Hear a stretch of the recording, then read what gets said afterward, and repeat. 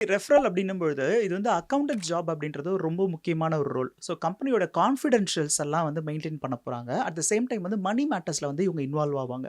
So அப்போ ஒரு காலகட்டத்தில என்ன பண்ணுவாங்கன்னா, அக்கவுண்டன்ட்ட வந்து ரெக்ரூட் பண்ணணும் அப்படின்னு நினைக்கும்பொழுது, அவங்களுக்கு தெரிஞ்ச பெர்சன் மூலமா தான் ரெக்ரூட் பண்ணுவாங்க. ஸோ காமனா வந்து ஒரு பேப்பர்ல ஆட் போடுறதோ, இல்ல வந்து ஒரு மீடியா மூலமாவோ ஆட்கள தேர்ந்தெடுக்காம, ஃபர்ஸ்ட்டு வந்து அவங்க ஆடிட்டர் கிட்ட சொல்லுவாங்க. சார் எங்களுக்கு ஒரு நல்ல அக்கவுண்டன்ட்ட சூஸ் பண்ணி குடுங்க. உங்க ரெஃபரல் மூலமா குடுங்கன்னுவாங்க.